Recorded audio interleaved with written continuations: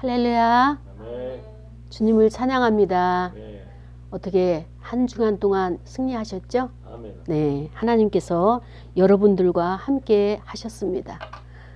때로는 하나님의 함께 하신 증거가 기쁨과 환희와 즐거움과 행복만이 아니고 아픔이 될 때도 있어요. 그래도 하나님께서는 그 아픔을 통해서 우리를 수술하시고 우리를 새롭게 하시기 위해서 그런 수술의 과정을 주실 때가 있습니다. 제가 이렇게 상담을 하다 보면은 참 이렇게 원치 않는 일들이 발생을 해요. 예전에 어떤 남자분이 조현병이 있었어요. 그래서 조현병이 있어가지고 성도를 저에게 이렇게 상담을 하려고 이제 연결시켜 주셨어요. 그 교회 목사님도 여목회자님이세요. 교단은 다르지만. 그런데 그 목사님이 그 성도가 그야말로 가족을 빼고는 한 명이야. 그분. 한 명을 이제 정말로 긍휼한 마음을 가지고 자기 교회 옆방을 세를 줘가지고 그 형제를 갖다가 이렇게 관리를 했던 그런 성도였습니다.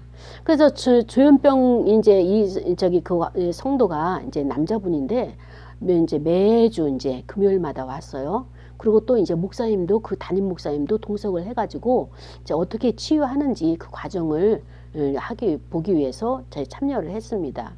그런데 1주, 2주, 3주, 4주 그래서 하여간 몇 달이 지나갔어요. 그랬는데 이제 결정적인 계기가 된 거예요. 처음에는 라포 형성을 하고 그 다음에는 이제 실질적으로 그의 문제를 들어가잖아요. 그가 어떤 생각을 가지고 있으며 또 어떻게 그 문제를 바라보고 그 다음에 또 그 문제를 어떻게 해결할 것이냐 이제 점점 이제 깊이 있게 들어가는데 이제 그날은 이제 저하고 이제 정면으로 이렇게 대립이 된 거예요. 근데 이제 어떤 것으로 대립이 되는가 하면은 분명히 이 형제가 자기 마음속에 솔직하지 않은 거예요. 자기의 그 진심이 그 자리에 그 본심의 자리에 도달해야 되는데 그렇지 아니하고 어떤 포장을 한 자기의 진실을 드러내지 아니하고 어떤 다른 것을 가지고 자꾸 이렇게 꺼내는 거예요. 그러니까 제가 또 어떻습니까? 그를 봤으니까 그냥 넘어갈 수 없잖아요. 그래서 계속 그거를 직면을 시켰어요. 그래서 계속 직면을 시키는데 자꾸 회피하고 부정하고 방어기제를 쓰는 거예요. 그래서 결국에는 이 옆에 있는 그 담임 목사님이 화장실을 간 사이에 이 형제와 저와 제가 원하는 그 진실의 자리에 딱 도달한 거예요. 그래서 제가 이제 이야기를 했어요. 형제님, 본인의 그 마음을 솔직하게 이야기해 줘서 고맙다고. 그리고 이제 그 상담을 딱 이제 마쳤어요. 근데 문제는 거기서부터 발생이 된 거예요. 그 다음부터 상담을 하러 오지 않겠다고 자기 형님, 큰형님네 집에서 이제 보호를 받고 있었는데 큰형님하고 형수님, 큰형수님한테 이 모든 것을 다 이야기하고 조현병 환자는 어때요? 한번 거기에 꽂히게 되면은 계속 반복적으로 이야기하는 거예요. 반복적으로. 조증과 우울증. 좋을 때는 막 이렇게 하늘을 떠다니고 또 우울할 때는 이렇게 그것이 공존하는 거예요. 조현병이니까 조울증과 그 우울증이 같이 이제 공존하니까 좋을 때는 할렐루야 할렐루야. 근데 이제 우울의 나락으로 빠져들기 시작하면은 그 걷잡을 수 없는 거예요. 그러니까는 이제 거기서 이제 큰형님하고 이 형수님이 깜짝 놀란 거예요. 상담받으러 다닌다 소리는 들었는데 왜 갑자기 이렇게 악화가 돼가지고 정신병도 중국동 정신병원에도 이제 몇 년 동안 있고 막 그랬어요. 그러니까 어찌된 일이냐. 그래가지고 이제는 거기에서 이제 그 학원의 수학 선생님이라고 하는 그 분 보고 자기 이제 그 시동생을 좀 만나보라고 해가지고 만나봤더니 계속 반복적으로 나는 그걸 말하고 싶지 않았는데 그 목사님이 말하게 하고 나는 그걸 말하고 싶지 않았는데 그 목사님이 말하게 하고 그것이 뭐냐? 그 안에 가지고 있는 거짓이다. 거짓인데 요거를 인정하지 않으려고 하고 그것을 자꾸 회피하는 거예요. 그래서 나중에 알고 봤더니 이 형제가 직접 들었지는 않았지만 이것 때문에 그렇게 방어기제를 쓰지 않았는가. 왜냐하면은 자기가 자기의 본심을 신앙생활하는 것 별로 좋아하지 않았단 말이에요. 자기의 본심이 드러나게 되면 거기 있는 목사님이 나가시오 할까봐 그게 두려웠던 거예요. 그게 두려웠어요. 그러니까 자기는 이 교회에서 그래도 쫓겨나지 아니하고 있고 싶은데 자꾸 목사님이 직면을 시키니까 너의 진심이 뭐냐? 그 진심을 이야기하라 자꾸 하니까 그거를 방어기제를 써가지고 자기는 버텼는데 결국엔 그것이 드러났다는 거에 있어서 굉장한 이제 그 자존심이 상한 그런 이제 케이스가 있었어요. 그래서 그걸 보면서 제가 참 상담을 하면서 아쉬울 때도 많고 그다음에 또 이것이 인간의 한계다라고 생각을 해요. 지난주에도 어느 분하고 이렇게 상담을 했는데 분명히 하나님의 뜻이 아니고 하나님의 길이 아닌데도 너무나 당당하게 씩씩하게 대답을 하는 거예요. 그래서 제가 참 놀랐어요. 어떻게 하면 좋으냐? 어떻게 하면 좋으냐? 하나님의 뜻이 아닌데도 너무나 당당해요. 그것이 아닌데도. 그래서 제가 깜짝 놀라가지고 하나님 그렇습니다. 제가 할 수 있는 것은 예전에는 그냥 말을 데려다가 물가에서 입을 벌려서 물을 떠먹일 수 있는 그런 아주 의욕이 제가 가득 찼었어요. 그래, 한 번 해서 안 되면 두 번 하는 거고 두 번 해서 안 되면 세 번 하면 되는 거야 라고 그러고 기다려주고 반복적으로 계속 그 문제를 집요하게 들어가게 되면 해결할 수 있어 라고 하는 그런 의욕이 제가 충만했던 사람이었어요. 근데 이제는 바꿨어요. 하나님 보십시오. 내 능력으로는 도저히 안 됩니다. 분명히 이것은 하나님의 뜻이 아니고 죄의 기름에도 불구하고 저가 돌이키지 아니하고 아무리 가르쳐줘도 자기의 생각이 옳다고 주장하는데 나의 힘으로는 안 됩니다. 하나님이 그 마음을 만지셔야지. 이 상황이 이렇게 최악의 상황까지 도달하고 있음에도 불구하고 돌이키지 않는 저들을 제가 어떻게 하겠습니까? 그러니까 예전에는 안 했는데 요즘은 상담하다가 아주 기도를 정말로 애통해 하는 기도를 하게 되는 것을 보게 됩니다. 그렇습니다. 오늘도 본문이 뭔가 하면은 민수기 25장 6절부터 15절 말씀 나오는 거예요. 근데 그 말씀이 무엇인가 하면은 약속받은 평화의 언약이에요. 여러분, 무엇을 약속받았고 또 평화의 언약은 무엇인가? 우리가 오늘 말씀을 통하여서 깨닫기를 원합니다. 나라나 개인이나 삶을 보게 되면 참 놀라운 사실이 있어요. 이스라엘 나라가 하나님이 함께 하신다, 여호와가 함께 하신다라고 하는 주변 국가에 전부 소문이 파다하게 퍼졌어요. 그러니까 주변 나라들이 막 두려워 떠는 거예요. 왜냐하면은 전쟁을 통해 가지고 저 나라 땅을 차지하고 자기 나라가 그 나라를 갖다가 속국으로 삼아서 뇌물을 받아야 되는데 지금이나 그 고대 근동 그 당시나 똑같아요. 나라를 확장해 가지고 세를 확장해 가지고 그다음에 또 이제 뇌물을 받아서 이렇게 이렇게 부강한 나라로 만들려고 하는 이런 나라의 통치자나 또 그 나라를 이끌어가는 어떤 정사와 권세들의 이런 세력들이 다 똑같아요. 근데 이스라엘 나라의 주변 사람들이 이스라엘 나라를 통해 가지고 막 두려워하기 시작하는 거예요. 여호와 하나님께서 이스라엘을 붙잡고 계시고 함께 하시기 때문에 저 나라는 아무리 싸워도 정말로 이길 수가 없다라고 하는 그런 이제 생각을 갖게 되죠. 그랬을 때 모압 왕이라고 하는 발락 왕이 있었어요. 이 발락 왕이 머리를 짜내는 거예요. 어떻게 하면 저 이스라엘 나라를 무찌를 수 있을까? 어떻게 하면 저 이스라엘 나라를 우리가 정복할 수 있을까? 이런 머리를 기획을 하다가 이제 어떻게 했는가 하면은 발람 선지자가 있었어요.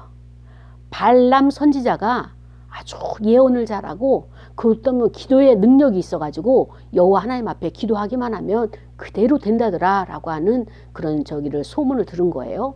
그래서 장로들을 보냈어요. 보내가지고 우리 나라에 와서 제발 이스라엘 나라를 좀 저주 좀 해달라.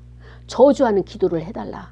저 이스라엘 나라가 망하기만 하면 그 은금은 셀 수도 없을 만큼 내가 다 보상을 하겠다. 근데 하나님이 어떤 하나님이십니까? 이미 그 계획을 다 알고 계시죠. 그러니까 발람 선지자에게 이야기하는 거예요. 안 된다. 너 이스라엘 나라에 못 간다. 그러니까는 이 발람 선지자가 발락 왕이 보낸 장로들에게 이야기합니다. 안 된답니다. 나는 못 갑니다. 하나님이 이스라엘 나라를 저주하는 것을 싫어하십니다. 라고 당당하게 이야기했어요. 그런데 이 발락 왕도 자기 나라의 국운에 달린 문제이기 때문에 쉽게 포기할 사람이 아니죠. 그래서 계속적으로 이제 장로들을 보내는 거예요. 그랬더니 뇌물을 가지고 임금 폐물을 가지고 오니까 발람 선지자가 이게 살면서 가난한 생활하기가 싫잖아요. 저 뇌물을 받기만 하면은 저 그 보화를 받기만 하면은 나는 평생토록 떵떵거리고 사니까 자꾸 마음이 거기로 쏠리는 거예요. 그래가지고 이제 하나님 앞에 또 기도로 나가는 거예요. 하나님 어떻게 할까요? 가야 됩니까? 말아야 됩니까? 그랬더니 하나님이 좋다. 가는 거는 허락하마.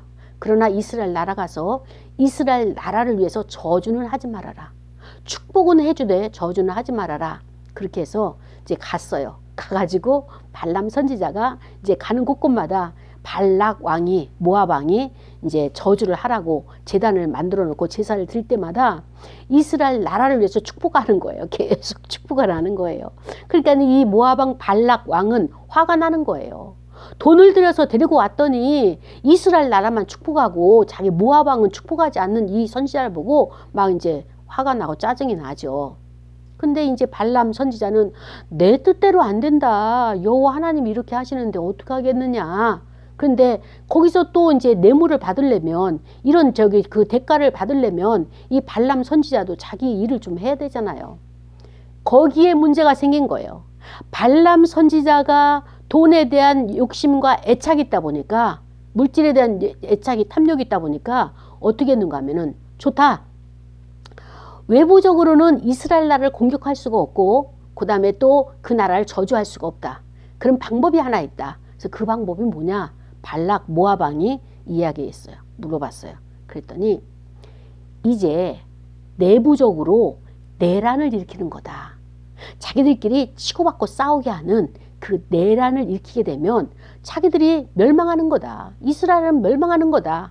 그래서 그것을 한 것이 뭔가 하면은 하나님께서 이스라엘 백성들이 죄를 범하기 때문에 어떻게 했습니까?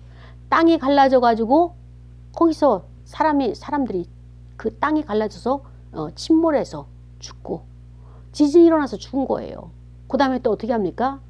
뭐 이제 향불, 제단에서 이 향불을 가지고 제사를 지내다가 그것이 불로 번져서 불이 나서 또 거기서 또 사람이 죽고 그리고 또 마지막에 그것까지 거기서 죄를 범한 사람들이 다 안 죽었으니까 마지막에 연병, 전염병이에요. 전염병을 가지고 이제 하나님께서 3차 지금 진노로 심판의 불로 전염병으로 사람들을 이렇게 죽게 만들었어요.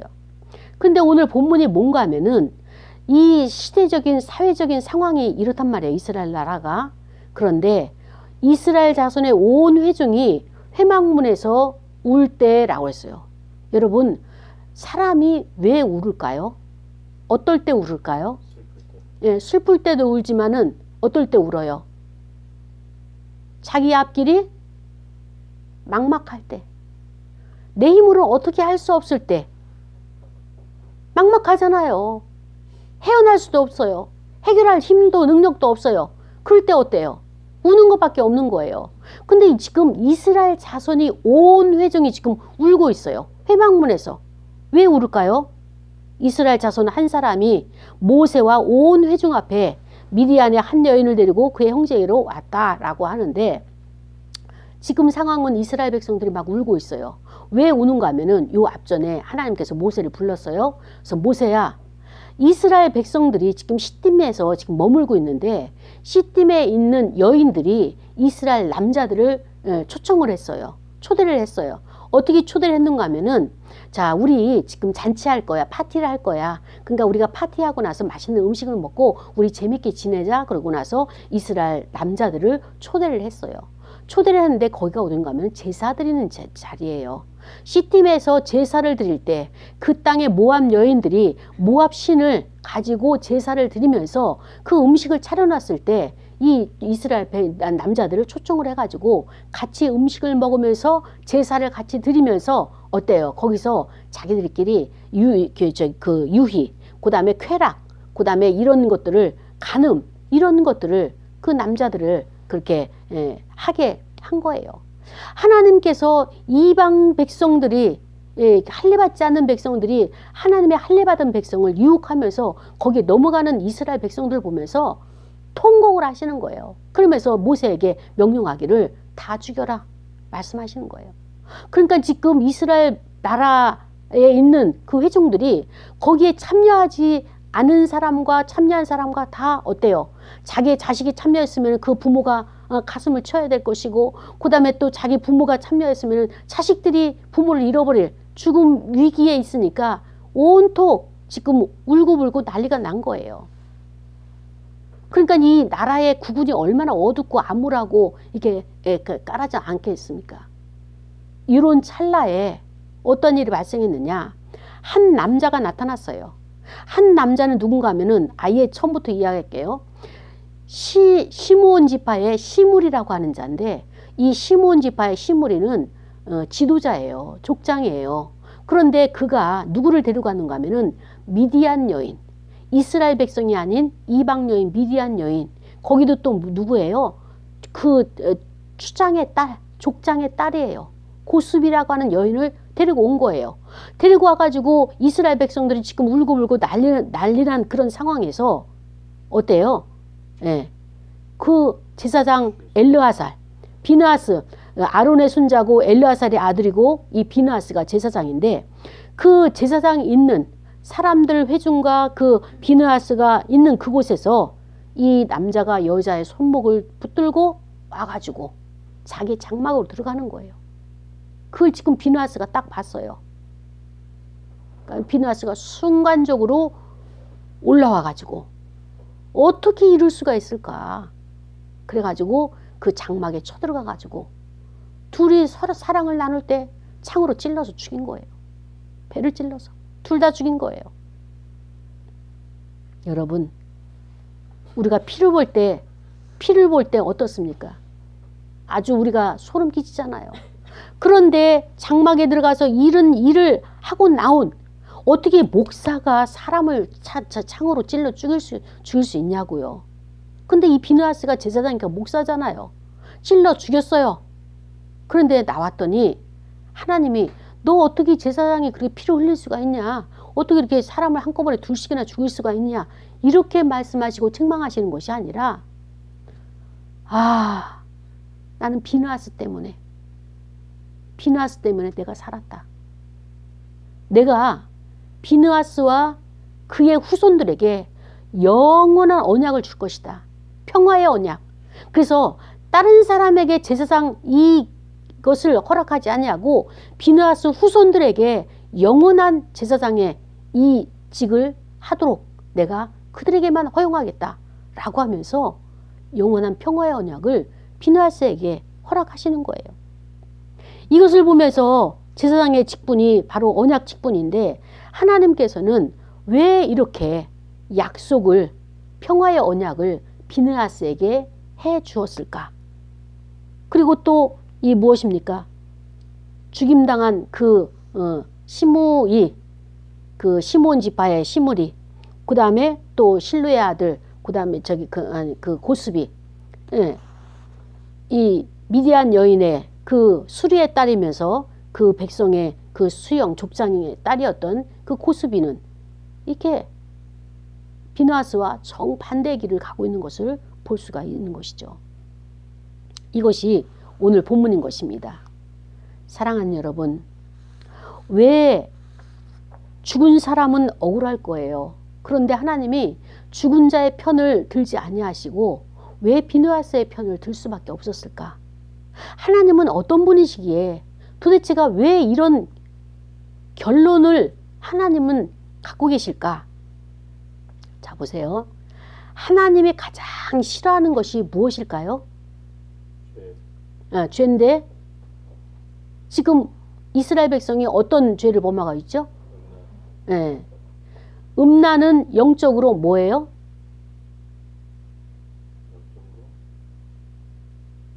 하나님 아닌 또 다른 것을 섬기니까 뭐예요? 우상숭배예요. 하나님이 가장 싫어하는 것이 우상숭배예요. 그래서 하나님의 속성은 뭔가 하면은 우상이라고 하는 형상을 보기만 하면 깨트리는 속성이 있는 거예요. 하나님은. 왜? 유일하신 하나님. 예, 천지 만물을 지으시고 모든 것을 통치하시는 유일하신 하나님은, 현존하신 하나님은 여호와 하나님 한 분뿐이란 말이죠. 근데 이스라엘 백성들의 마음이 어디로 가고 있어요? 자꾸 모압으로 가고 있고, 모압 신에게로 가고 있고, 몰록이나 그모스나 그 다음에 또 거기에서 제사를 드리고 있고. 그 얘기는 뭔가 하면은 왜 그 제단에 가서 제사를 드릴까요? 이스라엘 그 젊은 남자들이.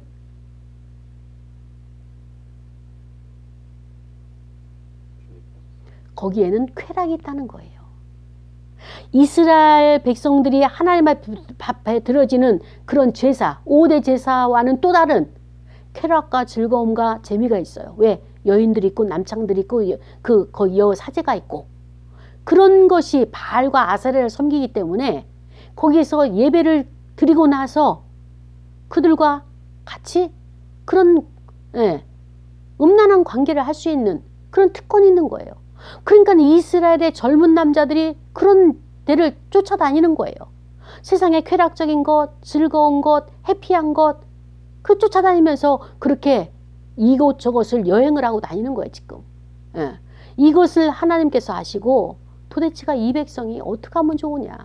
내가 가나안 땅을 눈앞에 두고 애굽을 출애굽해가지고 이제 거의 다 와가지고 눈앞에 축복의 땅을 눈앞에 두고 있는 그 시점에서 이렇게 모압 땅에서 이렇게 죄를 범하게 된다면 내가 어떻게 될 것이냐.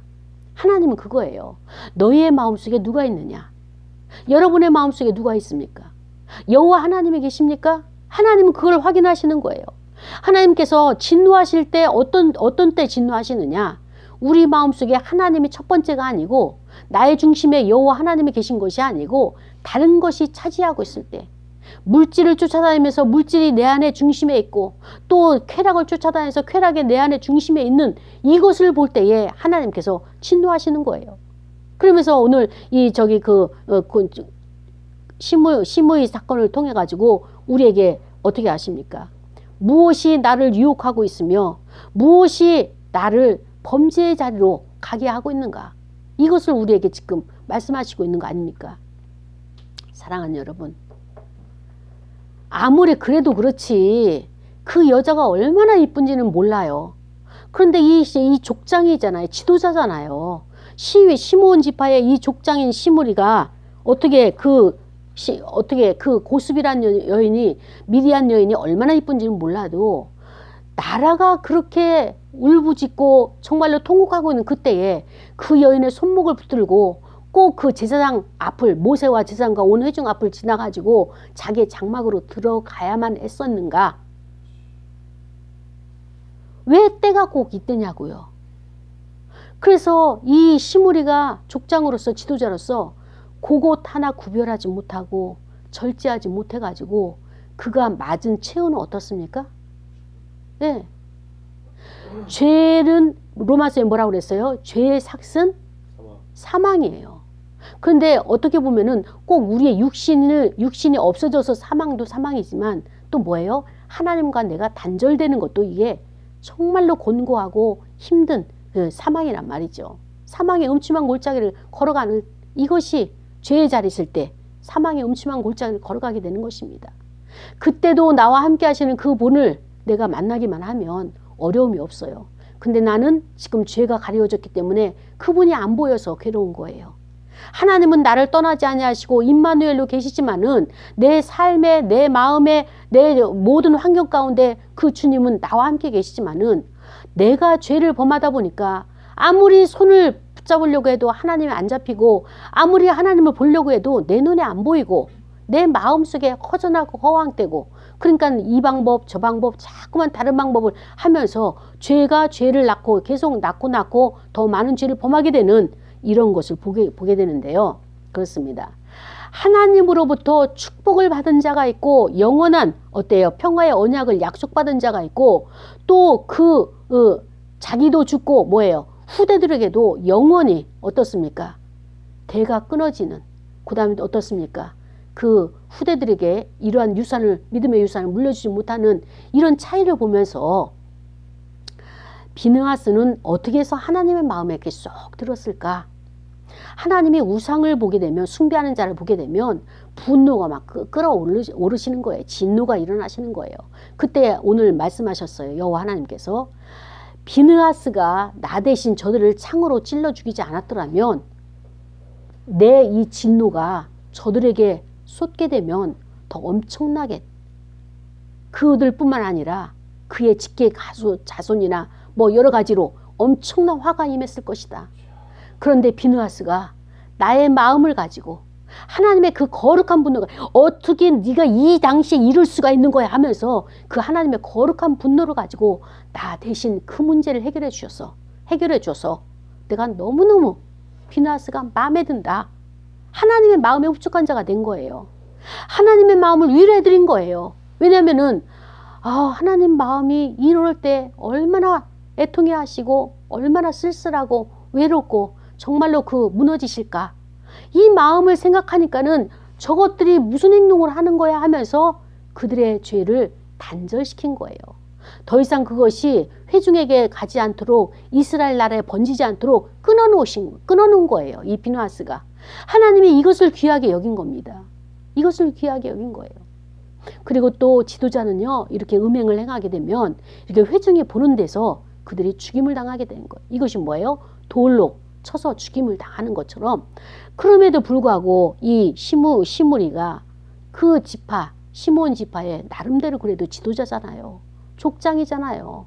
그러면은 백성을 대표하는 이런 족장으로 그 자리에 올라서기까지 하나님께서 얼마나 훈련하고 하나님께서 얼마나 그를 높여줬냔 말입니다.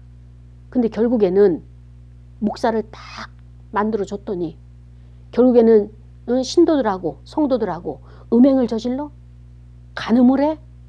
하나님 입장에서는 견딜 수가 없는 거예요. 즉시 그는 목사의 자리에서 어떻게 돼요? 사임을 하게 되는 겁니다. 오늘날 교회나 또 개인적으로나 여러 가지로 하나님께서 곳곳에서 사회의 지도층도 마찬가지예요. 사회의 지도자의 자리에 간다는 것이 쉽게 갈 수 없는 거예요. 요란 도덕과 윤리가 이런 것을 구별해 가지고 여기까지 왔단 말입니다. 그런데 그 자리에 갔더니 어때요?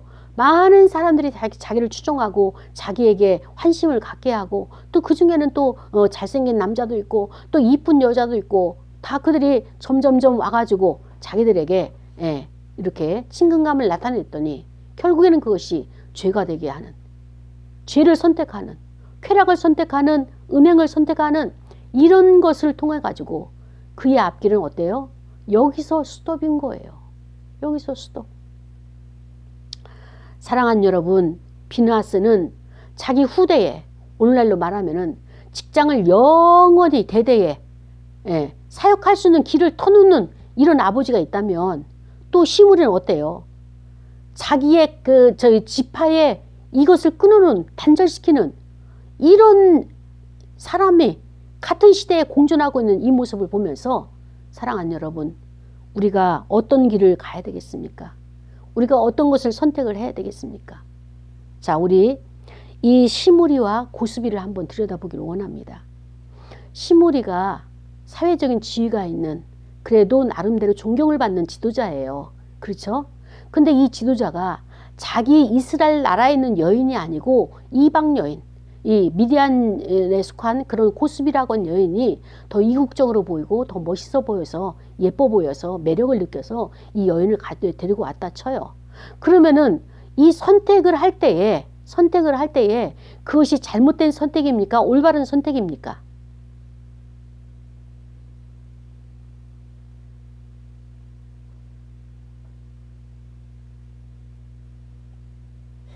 잘못된 선택이에요? 올바른 선택이에요? 분명히 잘못된 선택이죠. 자, 보세요. 한 번 내가 잘못된 선택을 하잖아요. 그러면은 이 선택할 기회가 또다시 오는 거예요. 왜냐? 처음 선택이 잘못됐거든. 우리가 저 여인이 너무 매력적이고 내가 선택을 해야 되겠다라고 생각을 하면은 잘못된 선택이었으면 또다시 선택할 기회를 주는 거예요. 그런데 우리가 그래, 저 여인은 참 아름답다. 저 남자는 참 멋있다. 그러나 우리는 하나님께서 나에게 원하시는 그 길을 가는 거야. 멋있고 아름답고 예쁘지만 그것을 나의 것이 아니라 그냥 같이 가는 것이고 나의 소유로 만드는 것이 아니라 그냥 같이 하나님의 한 시대에 살아가는 하나님의 그 이웃으로 살아가는 것이야 라고 요 선택을 했더라면 두 번째 선택을 해야 될 괴로움의 시기가 올까요 안 올까요?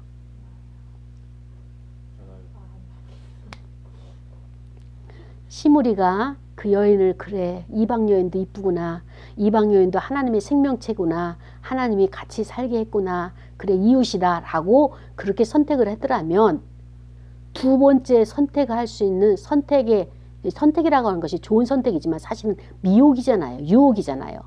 유혹을 당할 기회가 올까요 안 올까요? 첫 번째 선택을 내가 확고히 했더라면 두 번째 선택은 없는 거예요. 두 번째 유혹은 없는 거예요. 왜? 나는 첫 번째 마음을 굳혔거든요. 이 길은 하나님께서 원하시는 길이 아니기 때문에 나는 그것을 거부한다. 거부했기 때문에 나는 하나님의 뜻을 선택을 했잖아요. 하나님의 뜻을 내가 순종을 했잖아요. 그러면 두 번째 유혹은 나에게 안 오는 거예요. 분명히 또 유혹이 온다 할지라도 어때요? 나는 그런 첫 번째를 이겼기 때문에 두 번째로 이길 수 있는 하나님의 힘과 능력이 내 안에 있어서 성령께서 그거를 이끌어 가시는 거예요. 근데 처음에 유혹을 내가 뿌리치지 못했기 때문에 두 번째 유혹이 올까요 안 올까요? 더 큰 것이 오죠. 그러면 첫 번째 유혹을 선택을 하면서 내 마음이 기뻤을까요? 괴로웠을까요? 엄청 괴롭죠. 엄청 괴로워요. 한편으로는 좋고 그 다음에 또 같이 있고 싶고 그런 것은 있지만은 마음 한편에는 무게가 있는 거예요. 왜? 하나님의 뜻이 아닌 죄에 대한 무게가 있는 거예요. 근데 이 무게가 있어서 어정쩡하게 같이 가는데 어때요? 두 번째 유혹, 두 번째 선택은 더 무거운 것을 요구하는 거예요. 그러니까 어떻게 했어요? 두 번째는 장막으로 들어가 버린 거예요, 지금. 장막으로 들어가 버리니까 어때요? 하나님께서 더 이상 안 되겠다. 그 하나님의 그 분노의 마음을 누구에게 심어줬다고 해요, 지금? 예? 예? 그 이름이 누구예요? 비느하스잖아요, 비느하스. 예. 자, 눈을 크게 뜨고. 비느하스에게 하나님의 마음을 부어주신 거예요. 그러니까 비느하스가 하나님의 그 마음을 읽고, 아, 이거는 내가 나서야 될 것이다 라고 해가지고 그 비느하스가 그 일을 척결하는 것, 해결하는 것을 볼 수가 있습니다. 그렇습니다. 때로는 하나님이 직접 역사하실 때도 있지만 직접 역사하지 아니하시고 사람을 통하여서 그 일을 해결해 주기를 원하시는 하나님의 마음도 계시는 거예요. 여러분, 비느하스는 어떻게 해서 저 사람들을 죽이는 것이 하나님의 뜻이다라고 하는 것을 알았을까요? 순간적으로요? 아니죠. 순간적으로 욱하게 되면은 그건 살인이죠. 근데 비느하스는 이것이 확실하게 저 둘을 죽이는 것이 하나님의 뜻이라는 것을 알았어요. 어떻게 알았을까요?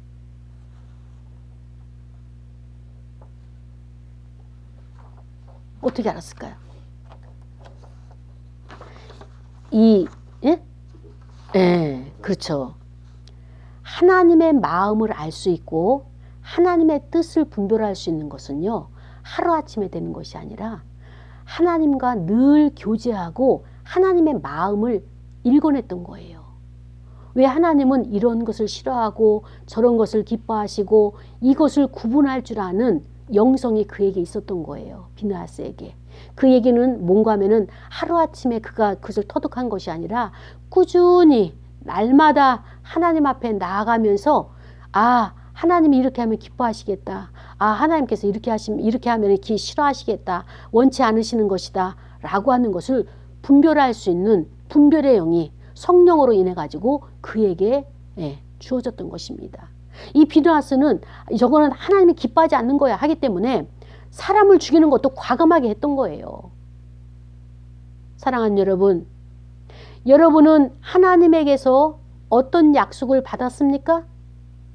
여러분은 하나님께서 여러분의 개인의 여러분의 마음속에 이것은 선택하기를 원하시고 이것은 선택하기를 원하지 않으신다라고 하는 것을 구분하고 있습니까? 여러분이 지금 갈망하고 여러분이 또 지금 망설이고 갈등을 하고 있는 그 문제가 아직 명확하게 분별이 안 돼가지고 괴로움 가운데 있으십니까? 하나님은 이런 분이십니다. 괴롭고 힘들더라도 하나님의 뜻을 돌이킬 때, 하나님의 뜻을 선택할 때 하나님께서는 그를 용납하시고 그를 받아주시고 그의 죄를 용서해 주시는 거예요. 하나님 앞에 죄의 자리로 나갔을 때 용서할 기회, 하나님께서 용서를 허락할 그 기회에 우리가 죄를 회개하고 하나님 앞에 죄사함의 은총을 받게 되면 여러분은 하나님과 동거동락하는 그 기쁨의 자리에 같이 동참할 수 있습니다. 그러나 이 주어진 이 기회, 하나님이 용서해 줄 수 있는 이 기회, 죄를 회개할 수 있는 이 기회조차 놓치게 된다면 여러분은 이 시므리처럼, 어쩌면 이 고수비처럼 이런 어려움을 당하게 될 거예요. 분명히 내가 차 사고가 나서 죽는다거나 어떻게 해서 뭐 죽는다고 그런 건 아니라 할지라도 이 심령이 상하고 마음이 무너져가지고 일을 도대체 못하는 거예요. 회사에 가서도 일도 안 되고 어떤 일도 손에 잡히지가 않고 마음이 퐁 떠가지고 안정감이 없는, 부평조까지 떠돌아다니는 그런 마음으로 살아가는 자체가 나는 지금 죄의 형벌을 받고 있는 이 증거라는 것을 우리가 깨달아야 하는 것입니다. 그렇습니다. 무엇이 여러분을 유혹하고 있습니까? 무엇이 여러분으로 하여금 이렇게 범죄를 하게 하고 있습니까? 대림절 두 번째 주일 우리가 하나님 앞에 영과 혼과 육이 정결하게 나가야 되는 거예요. 정결하게. 하나님은 거룩한 자를, 하나님 앞에 거룩한 분노를 나타낼 줄 아는 자를 찾고 계시는 것입니다. 하나님 앞에 쓰임받지 못하고 하나님의 주변에 언저리만 도는 자가 되겠습니까? 아니면은 하나님의 마음을 알고, 그렇습니다. 하나님, 내가 내 마음 속에서 이것을 내려놓겠습니다.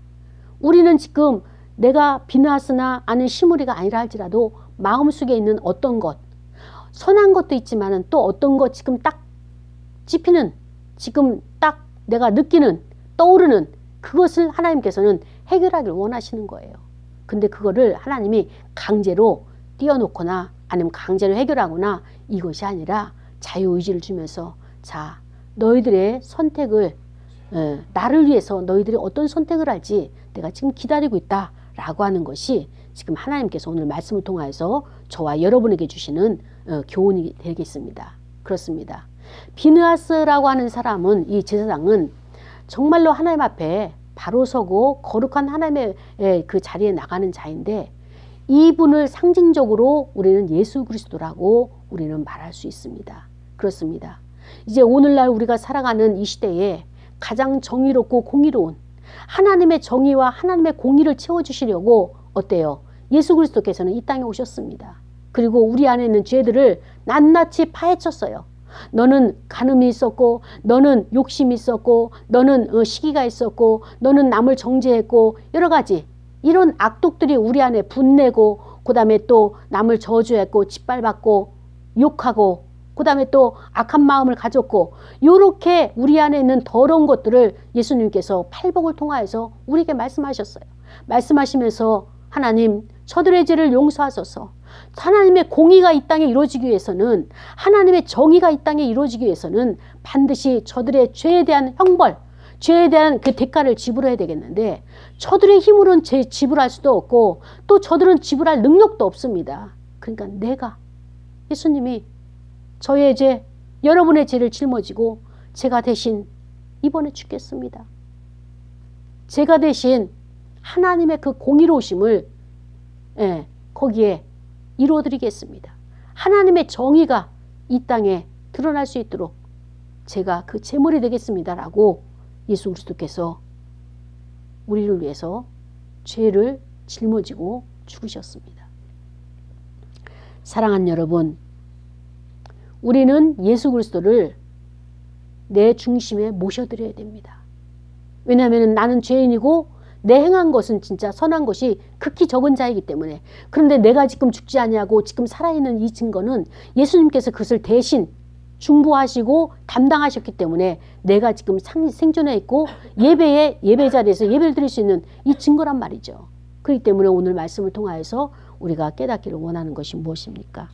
우리는 죄인입니다. 나는 죄인입니다. 여기에 나오는 고스비와 그 다음에 시므리가 죄인이 아니라 나는 하나님의 말씀대로 살지 못한, 내 안에는 온갖 음탕함과 더러운 것과 이것을 내가 버리지 못하고 내가 그것을 던져버리지 못하고 끌어안고 있는, 정말로 거기에 내가 뒹굴고 있는 이 모습이 바로 이것을 안타까워하시고 예수 그리스도께서 대림절 두 번째 주일에 우리에게 찾아오셔서 우리에게 말씀하십니다. 사랑하는 여러분, 사랑하는 자야, 너의 그 아픔과 너의 그 연약함과 너가 해결하지 못한 그 문제를, 그 죄의 무게를 너가 짊어지지 말고 나에게 맡기렴. 나는 십자가에 있다. 그 죄의 무게를, 너의 그 마음의 무거움을, 그 수고하고 그것을 끝까지 짊어지려고 애를 썼던 그 안타까움을 나의 십자가에 못 박으렴. 내가 그 문제를 너를 위해서 해결해 주겠다. 이렇게 주님께서 오늘 저와 여러분에게 찾아오셔서 말씀해 주고 계십니다. 사랑하는 여러분, 우리 시간에 말씀을 통하면서 기도할 거예요. 하나님, 죄라고 하는 것은 엄청난 것입니다. 처음에 그 죄를 우리가 접할 때는 광명의 천사로 오고 달콤함으로 오지만, 그러나 그 결과는 너무나 무거워서 한 발자국도 우리가 뗄 수 없는 이 고난 가운데, 이 고통 가운데 처해 있는 우리를 돌아보사 우리 죄를 용서하소서라고 다 같이 통성으로 기도하고 헌금 드리시겠습니다. 하나님 아버지, 감사합니다. 우리의 연약한 부족한